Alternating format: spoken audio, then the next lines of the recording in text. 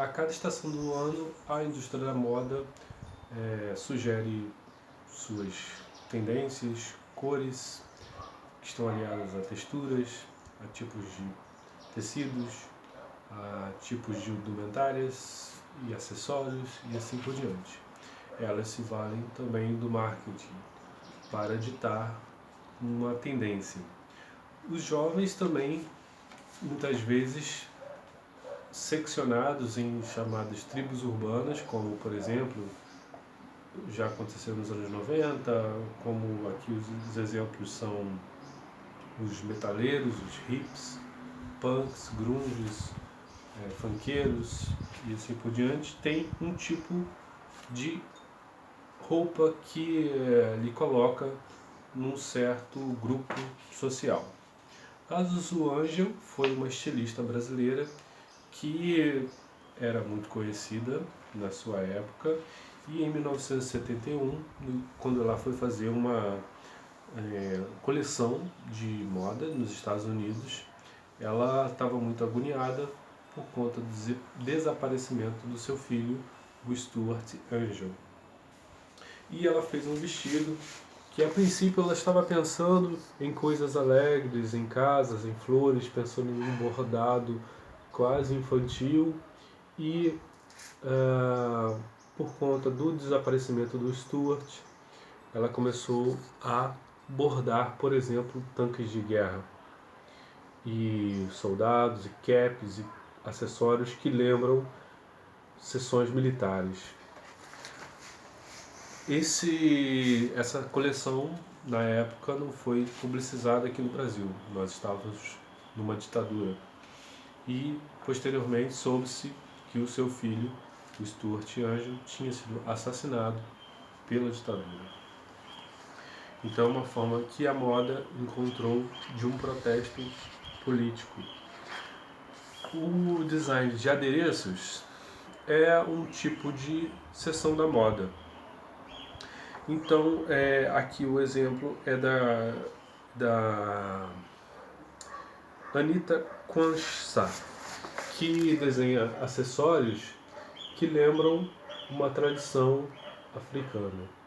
Outro exemplo aqui é da designer carioca Maria Bernardes, que faz uma espécie de adereço para a cabeça, para o cabelo, com jornais reciclados. O título do trabalho é Autorretrato em formato de camafeu com turbante feito de papel jornal, 2006. O Expedito Celeiro, ele é um artista que usa como matéria-prima o couro. E ele chegou a fazer, o seu pai chegou a fazer peças para o Lampião, cangaceiro, né? Esse aqui é um exemplo do trabalho dele. Um traje tipicamente nordestino, né? A roupa está ligada ao conforto e à elegância também, no sentido da moda. Às vezes a gente fica pensando como que certas roupas podem ser confortáveis ou não, né? Às vezes para homens, às vezes os ternos muito fechados podem parecer desconfortáveis. Para as mulheres o salto alto ou o espartilho, que é aquela uma roupa que você coloca dentro da sua anteriormente a roupa que aparece em público, né?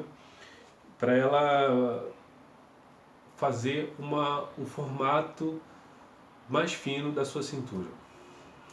E aqui o Andy Warhol, que foi um artista da art pop, começou fazendo design de sapatos. Ele desenhou muitos sapatos. Esse aqui é um exemplo do trabalho do Andy Warhol antes de desenvolver sua linguagem pop, né?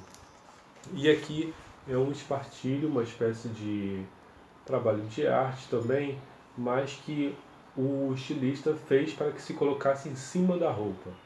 Então ele moldou o corpo de uma modelo e fez essa peça.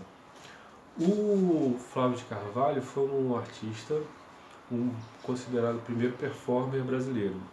Ele, na época em São Paulo, fez uma performance do que ele chamou de New Look, que é um traje que ele dizia mais apropriado aos trópicos.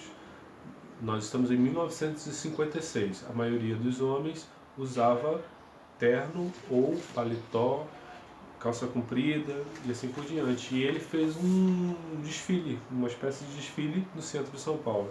E aqui nós vemos o Flávio de Carvalho com o seu New Look, que é uma espécie de saia, uma camisa bufante, com mangas bufantes, e imaginem como isso não pode ser encarado assim com um certo choque em 1956, talvez até hoje fosse chocante. Ele dizia que nós que estamos num clima tropical, usar terno e gravata ou paletó não fazia sentido, né? E a linha e o bordado são formas também de você entrar em contato com essa forma de costura de moda. E o Leonilson foi um artista que usou muito desse tipo de artifício, assim como o Arthur Bispo do Rosário também bordava muitas coisas.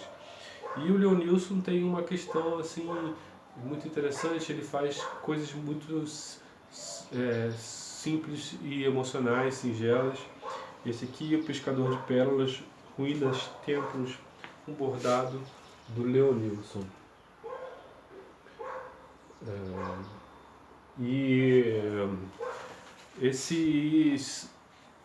Essas foram alguns exemplos de como que a moda, a tendência versus a criação, a moda institucional e a moda que a gente cria, a customização que a gente faz nas nossas roupas, como que a gente cuida das nossas roupas, para que ocasiões elas são feitas, e para a gente pensar essa relação de criação e expressão do corpo através do vestuário.